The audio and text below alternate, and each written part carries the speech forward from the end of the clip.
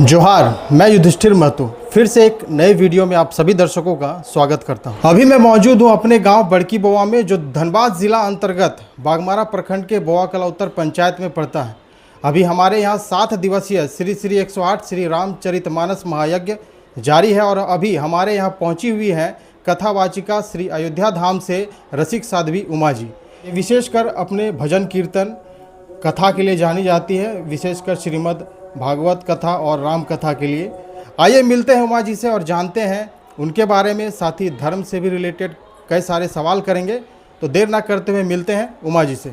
उमा जी, कोयलांचल की धरती में आपका बहुत बहुत स्वागत है। धन्यवाद धन्यवाद। सबसे पहले तो दर्शक भी जानना चाहेंगे कि आपका मूल नाम क्या है, क्योंकि सभी लोग तो आपको रसिक साध्वी के रूप में जानते हैं। तो आपका मूल नाम क्या है और आप कहाँ से हैं? हमारा मूल नाम उमा त्रिवेदी है और हम श्रीधाम अयोध्या जी की पावन भूमि से हैं, जहाँ श्री रामचंद्र जी की जन्मभूमि है, वही हमारा निवास स्थान है। तो हम वहीं से आए हैं। साध्वी जी, जैसे कि अभी जो बच्चे हैं पढ़ लिख कर डॉक्टर, इंजीनियर और भी काफ़ी कुछ बनना चाहते हैं, पॉलिटिशियन बनना चाहते हैं, उनका सपना होता है कि एक अच्छा परिवार हो, बड़ा घर हो, अच्छी नौकरी हो, लेकिन आपने इस क्षेत्र को क्यों चुना? देखिए, सर्वप्रथम तो हमारे घर का जो माहौल था वो आध्यात्मिक था। तो हमारे जो नाना जी थे और हमारे जो दादाजी थे, वो सदैव राम कथा से या भागवत जी से हमें कहानियाँ सुनाया करते थे। और जब हम बहुत छोटे थे तो उस समय हमारे दादाजी कथा सुनने के लिए, जहाँ पे भी अयोध्या जी में कथा होती थी, वहाँ पे सुनने के लिए जाते थे।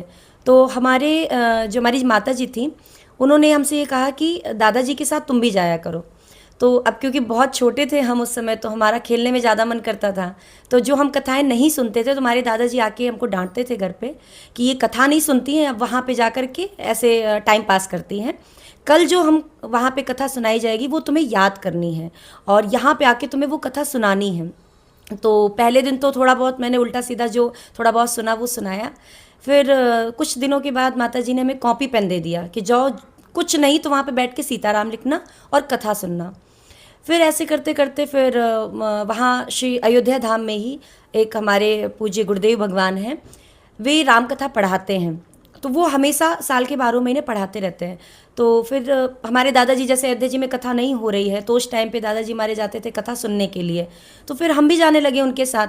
फिर धीरे धीरे जब संतों को पता चला कि हम राम कथा पढ़ने के लिए जा रहे हैं, कॉपी पेन लेके जा रहे हैं, तो संतों ने पिताजी से कहा कि आप अपनी पुत्री को राम कथा सिखाइए। फिर हमारे जो श्री राम जन्मभूमि के न्यास अध्यक्ष हैं, हमारे परम पूज्य पाद श्री गुरुदेव भगवान, उनसे पिताजी ने आज्ञा ली कि हमारी पुत्री राम कथा कहना चाहती है, तो क्या ये कहना उचित है?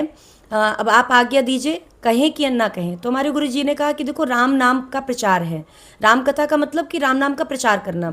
हमारे गुरुदेव भगवान से हमारे पिताजी ने आज्ञा ली कि राम कथा कहना चाहिए कि नहीं कहना चाहिए। फिर हमारे गुरुदेव भगवान ने कहा राम नाम प्रचार है, इसे कोई भी कर सकता है, इसमें स्त्री पुरुष का कोई भेद नहीं है।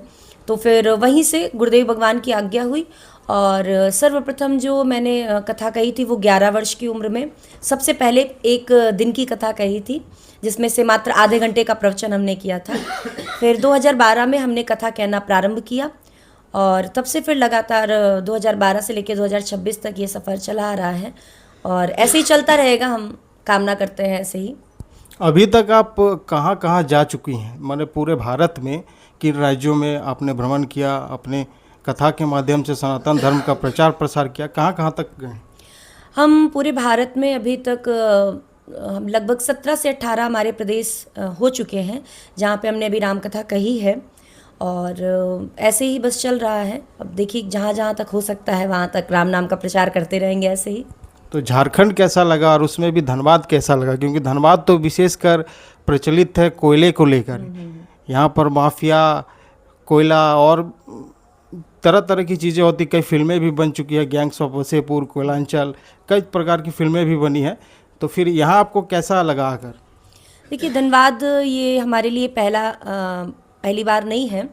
हम धनबाद 2014 से 15 से लगभग आ रहे हैं, तो कई बार हम आ चुके हैं और जैसे कि ये एक हमारा कोई पुराना घर लगता है कि हम अपने पुराने घर वापस लौट रहे हैं, ऐसा कुछ हमें अनुभव होता है यहाँ पे आकर के। क्योंकि श्रोता भी यहाँ पे बहुत अच्छे हैं, लोगों का स्वभाव बहुत अच्छा है और सब शांत है, प्रेमी हैं। तो जब भी हम धनबाद या आसपास के क्षेत्र में धनबाद में कहीं पे भी आते हैं तो हमें बहुत अच्छा लगता है और एक अलग खुशी रहती है कि हम धनबाद जा रहे हैं। जी।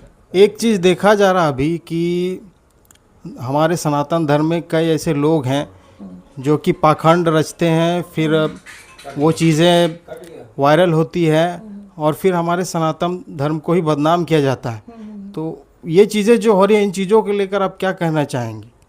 देखिए, जो सनातन धर्म को बदनाम कर रहे हैं या वो प्रयास करते हैं सनातन को बदनाम करने का, हम अपने सनातनी जो कट्टर सनातनी हिंदू हैं उन लोगों से हम ये एक ही बात कहना चाहेंगे कि जो भी आपके धर्म पर हानि पहुंचाने की कोशिश करें, जो भी लोग आपको कहीं ना कहीं टारगेट कर रहे हैं या आपको दिखा रहे हैं कि देखिए हम आपके सनातन धर्म पर ठेस पहुंचा रहे हैं, आप देख रहे हैं पर आप कुछ कर नहीं सकते, ऐसे लोगों के लिए बस एक ही नियम है। हमारे उत्तर प्रदेश में योगी जी कहते हैं कि देखो, कानून के सहारे बैठोगे तब तक तो वो तुम्हारा गला काट देंगे।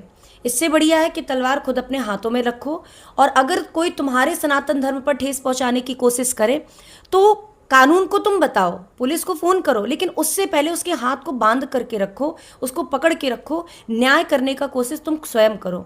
क्योंकि आज के समय में अगर हम केवल सरकार के ऊपर डिपेंड रह जाएंगे, हम ये नहीं कह रहे सरकार का आप सहारा ना लीजिए, लेकिन कुछ जगहों पर आपको स्वयं खड़े रहना पड़ेगा क्योंकि हर बार भगवान बचाने के लिए नहीं आते हैं। आपको तैरना सीखना पड़ेगा क्योंकि अगर आप किसी का इंतजार करेंगे कि कोई नाव आएगी और हमें बचाएगी तो ऐसा नहीं होता है। तैरना आपको खुद सीखना पड़ेगा। तो सनातन को जो लोग ठेस पहुंचा रहे हैं उनको खुद आपको सबक सिखाना पड़ेगा क्योंकि अगर आप सबक नहीं सिखाएंगे तो फिर उनका ये जो मनचले लोग हैं इनका हर प्रयास बढ़ता चला जाएगा। और हमारे भारत में बहुत ऐसी जगह पे आपने देखा होगा कि कभी होली पर, कभी रामनवमी पर, कभी दीपावली पर या ऐसे जो छोटे मोटे कार्यक्रम हमारे यहाँ होते रहते हैं, त्यौहार पर्व होते हैं, इसमें ये जो उपद्रवी हैं जो केवल सो कॉल्ड शांति दूत कहलाते हैं, ये लोग हर बार आकर के हमारे सनातन धर्म पर हर एक त्यौहार पर ठेस पहुंचा के चले जाते हैं। तो उनके लिए आपको तुरंत तैनात रहना पड़ेगा, लाठी लेके, डंडा लेके, और वो जिस भाषा से समझे उस भाषा से आप उन्हें समझाइए क्योंकि हमारे सनातन में तो पहले से रहा है कि सठे साठ्यम समाचरित, जैसा जो कर रहा है उसको वैसे ही समझाना चाहिए क्योंकि वो बिना उसके वैसे समझे मानेंगे नहीं, समझ पाएंगे नहीं।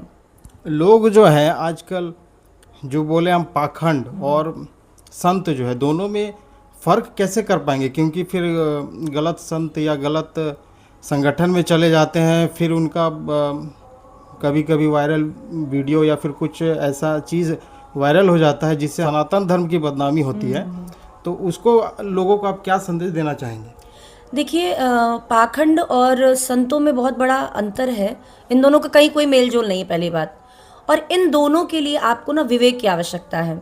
अभी आपके द्वार पे कोई मांगने के लिए आ रहा है, पहली बात तो हमारे जितने भी संत हैं ये एक जगह बैठ के भजन करते हैं, ये कहीं मांगने नहीं जाते हैं। अब आपने देखा होगा पूर्व के समय में मधुकरी लोग मांगने जाते थे, संत मांगने जाते थे, मैया कुछ दे दो, 2 मिनट खड़े हुए, अगर दरवाज़ा खुला कुछ मिला तो ठीक है, नहीं मिला तो फिर वो वहीं से लौट जाते थे। ये होते थे संत, ये मधुकरी लेते थे।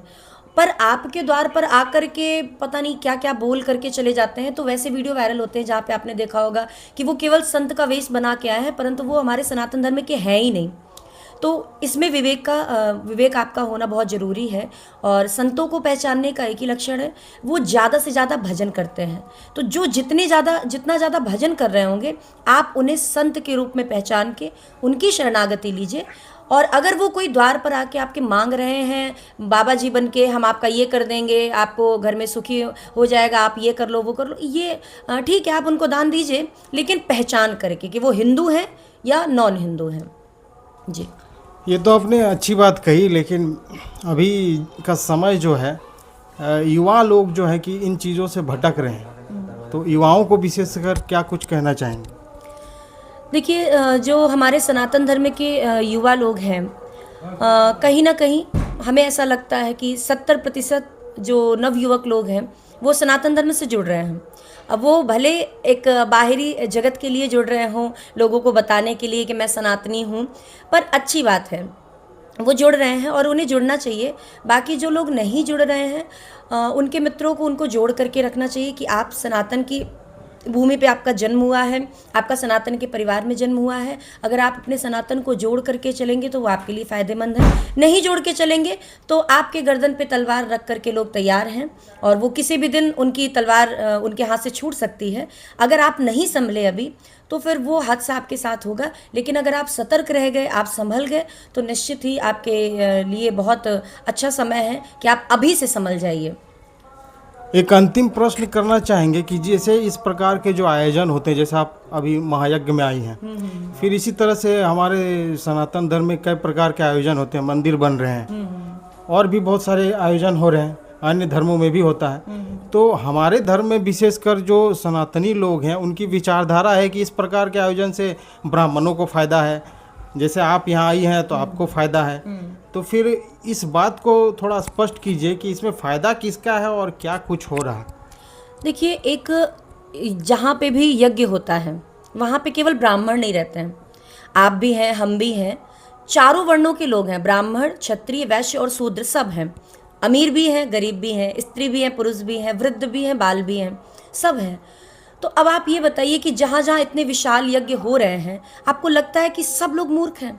जो उस यज्ञ में जुड़ रहे हैं, चाहे वो स्त्री हो चाहे पुरुष हो, इतने हजारों की संख्या में लोग आते हैं, तो सब तो मूर्ख नहीं हो सकते हैं। या आप फिर इनडायरेक्टली, जो लोग ऐसा बोलते हैं, इनडायरेक्टली आप उनको मूर्ख बताना चाह रहे हैं? ऐसा नहीं है। यहाँ पे सिर्फ ब्राह्मणों का फ़ायदा नहीं होता है। आप ब्राह्मणों को कितना दे देते हैं?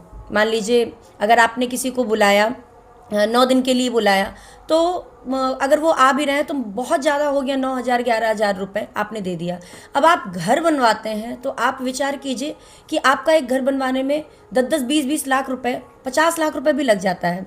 फिर आप सोचिए कि मज़दूर तो बहुत फ़ायदा उठा रहे हैं, मकान तो हम बनवा रहे हैं, मज़दूर इसमें बहुत फ़ायदा उठा रहे हैं। तो ऐसा नहीं है।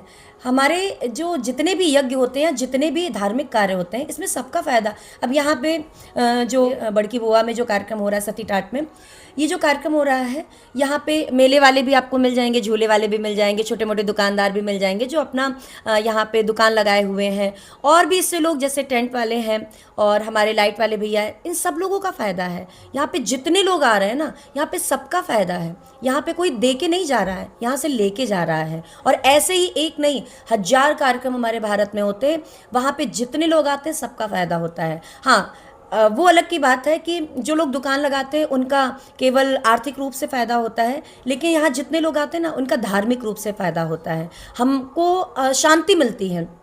अच्छा, हमसे ही पूछा जाता है बार बार कि केवल ब्राह्मणों का फ़ायदा होता है, ऐसा नहीं है।